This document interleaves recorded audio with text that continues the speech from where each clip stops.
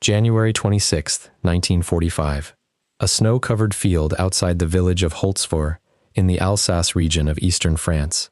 A 23-year-old American tank destroyer sits burning at the edge of a tree line, black smoke rising straight up into a white winter sky, and everyone who was crewing it 30 seconds ago is already gone, running for the woods, because a vehicle like this one carries enough ammunition inside it to kill everyone standing near it the moment the fire reaches the wrong place. One man is not running. He is climbing up onto the burning hull, and he weighs perhaps 110 pounds, and 8 months earlier, 3 separate branches of the United States military looked at him and decided he was too small and too underweight to be handed a rifle at all. His name is Audie Murphy. He is 19 years old. He is a second lieutenant, and in the field in front of him, 6 German tanks are fanning out across the snow, with several hundred infantrymen advancing behind them, and the 18 men who are left in his company, out of the 235 who started this campaign, are falling back into the trees exactly the way he ordered them to.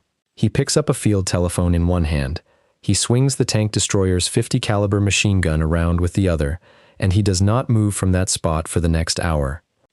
To understand how a man this size ended up alone on a burning vehicle facing 6 tanks, you have to go back 4 years, to a cotton field in Hunt County, Texas, because the story of what happened at Holtzwihr does not start with the Army. It starts with a boy who was pulled out of school after the 5th grade to pick cotton, because his father had abandoned a family of 12 children and someone needed to bring in money. His mother died a few years later. He learned to shoot not for sport, but because a rabbit or a squirrel brought down with one bullet was food on the table for younger brothers and sisters who were his responsibility now, and by his teens he was, by every account from people who knew him then, one of the best natural shots anyone in that part of Texas had ever seen. When Pearl Harbor was attacked, Murphy tried to enlist immediately. The Marine Corps turned him away. The paratroopers turned him away. He was 5'5" and weighed around 110 pounds, and the recruiters looking at him did not see a soldier, they saw a liability, someone who would need to be carried rather than someone who could carry a pack. His older sister helped him falsify his birth date so he would meet the minimum age requirement, and the Army, less selective than the other branches, finally took him. He shipped out for North Africa in 1943, arriving after the fighting there had mostly ended, and from there, the war simply did not stop handing him more of itself. Sicily. The landing at Anzio, the brutal, grinding push up through Italy. Then, on August 15, 1944, the invasion of southern France, where his platoon came ashore under fire, and Murphy watched a German soldier feign surrender, wave a white flag, and then shoot down one of Murphy's closest friends in the unit the moment he lowered his guard. Murphy's response was to advance alone on the house the fire had come from, kill 6 of the men inside, wound 2 more, and take 11 prisoners, using a captured German machine gun against its former owners once his own ammunition ran low. It earned him the Distinguished Service Cross, the second highest award the Army gives for valor, and it was, in miniature, the same pattern that would repeat itself 5 months later outside Holtzwihr. Someone he cared about was killed in front of him, and he answered it not by falling back, but by moving forward, alone, into exactly the position everyone else was trying to get away from. By January of 1945, not yet 20 years old, Murphy had already been wounded twice more, once by mortar shrapnel to the heel, once by a sniper's bullet to the hip, and had risen from private to command of his company, not through ambition, but through simple attrition. The officers above him kept becoming casualties, and he kept being the one left standing. If you are new to this channel, this is the moment to subscribe, because what this 19-year-old did next, on a frozen field in Alsace, with an entire company reduced to 18 exhausted men behind him, is one of the most extraordinary single actions of the entire war. By the morning of January 26th, Company B of the 15th Infantry Regiment had been fighting through the Colmar Pocket for weeks in brutal winter conditions, and its numbers told the story. 235 men at full strength. 18 remained standing, dug into the edge of a forest facing an open snow-covered clearing, and Murphy, now a second lieutenant, was the only officer left. When German tanks and infantry began moving out of the tree line on the far side of that field, he did the arithmetic instantly. 18 exhausted riflemen in open positions could not stop 6 tanks and the infantry advancing behind them, so he ordered his men back into the deeper woods, to a position where they could actually hold, and he stayed forward himself, alone, to buy them the time to get there. He had a field telephone, and he used it to call in artillery fire on the advancing Germans, adjusting the rounds himself, walking explosions closer to the enemy line while standing in the open field they were converging on. Nearby, an American M10 tank destroyer, already damaged, took a direct hit and caught fire. Its crew, correctly, evacuated immediately, because a burning tank destroyer is a vehicle that can detonate its own ammunition storage at any moment without warning. Murphy climbed onto it anyway. From the top of a vehicle that could kill him even if every German soldier on that field missed entirely, he opened up with its .50 caliber machine gun on the infantry, advancing across the snow, close enough now that eyewitnesses would later describe them as visible white shapes against the field, hundreds of them, moving toward a single American who was still, between bursts of gunfire, calling in artillery corrections on the field telephone with his other hand. A German round found his leg. He kept firing.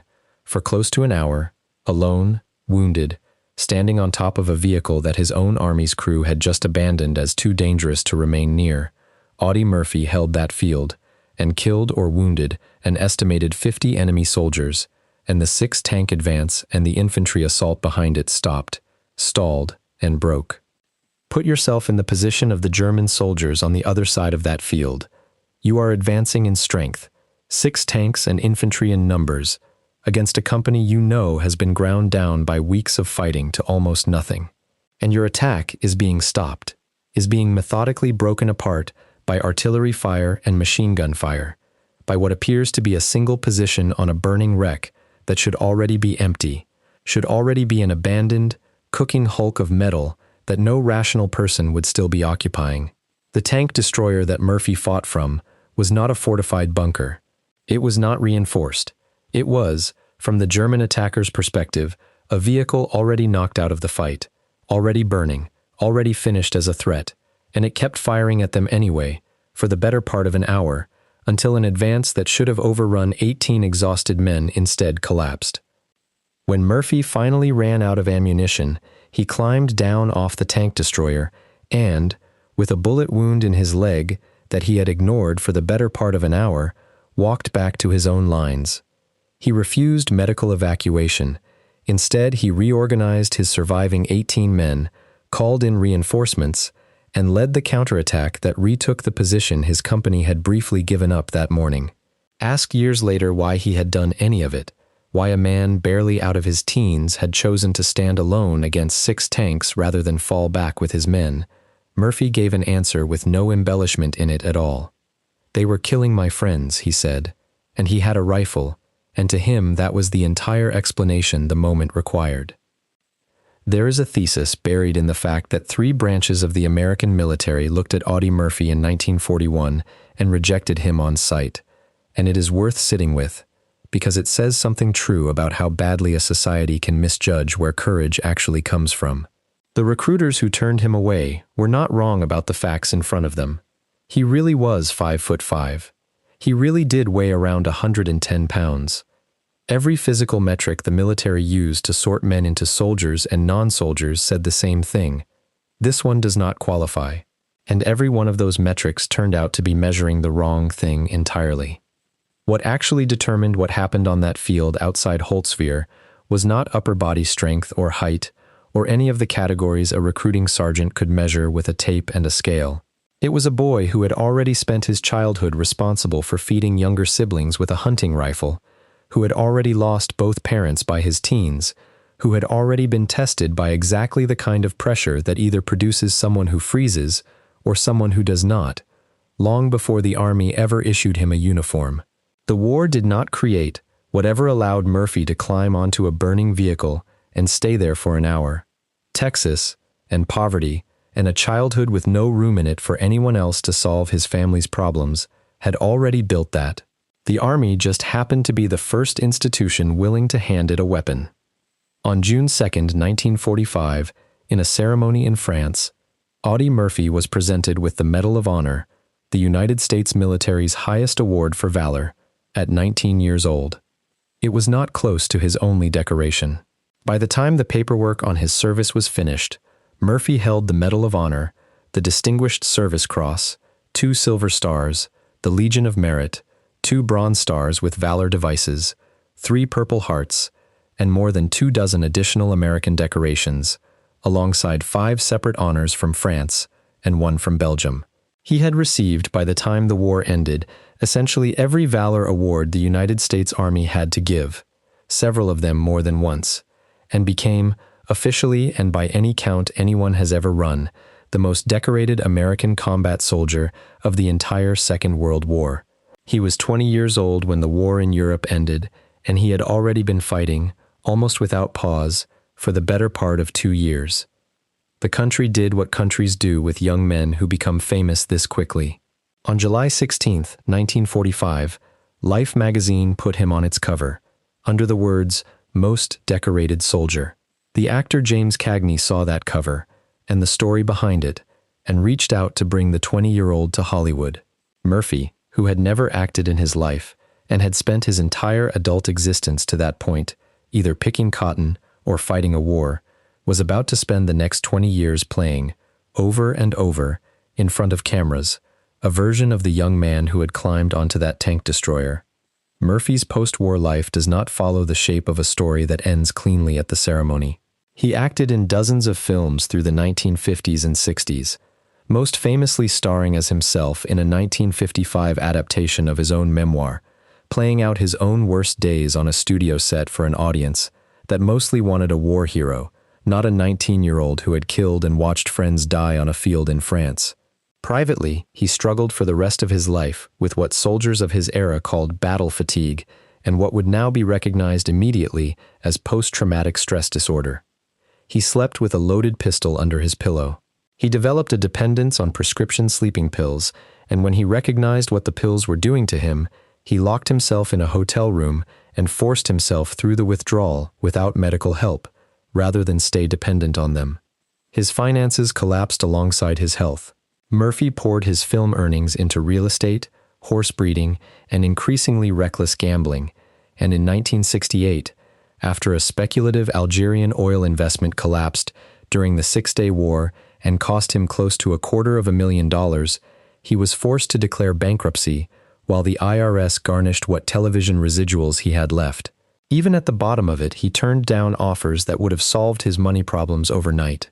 Endorsement deals for alcohol and cigarette brands, because he did not want children who looked up to him as a war hero to see his name attached to either one. What he did with that struggle is the part of his story that gets told far less often than the tank destroyer. In the 1960s, at a time when almost no public figure in America discussed mental health at all, let alone a decorated war hero whose entire public identity rested on an image of fearlessness, Murphy spoke openly about his own psychological wounds. He pushed Congress publicly to take the emotional cost of combat seriously, to fund research into it, to extend real health care to veterans carrying wounds that did not show up on an X-ray. It cost him something to say any of this out loud in that decade, and he said it anyway. 5 months after his death, Congress passed legislation establishing a VA hospital in San Antonio that today still carries his name, treating the exact kind of wound he had spent the last years of his life trying to get the country to take seriously. Audie Murphy died on May 28, 1971, when the small aircraft he was traveling in crashed into a mountainside near Roanoke, Virginia, in poor visibility. He was not yet 46, the same falsified birth year that had let a 5'5" teenager talk his way into the Army in 1941, still following him onto his own death certificate 3 decades later. He was buried at Arlington National Cemetery with full military honors, and he had left one specific instruction about how he wanted to be remembered there. When Arlington later began replacing the headstones of Medal of Honor recipients with a distinctive gold leaf marker, setting them apart from the plain white stones around them, Murphy's family honored the wish he had stated while he was alive, and left his exactly as it was, plain, white, identical to the stone of any other soldier buried in that ground. Today it is one of the most visited graves at Arlington, a short walk from John F. Kennedy's, and it looks, by Murphy's own request, like nothing at all. The recruiters in 1941 measured a boy against a tape and a scale and decided the categories did not fit him.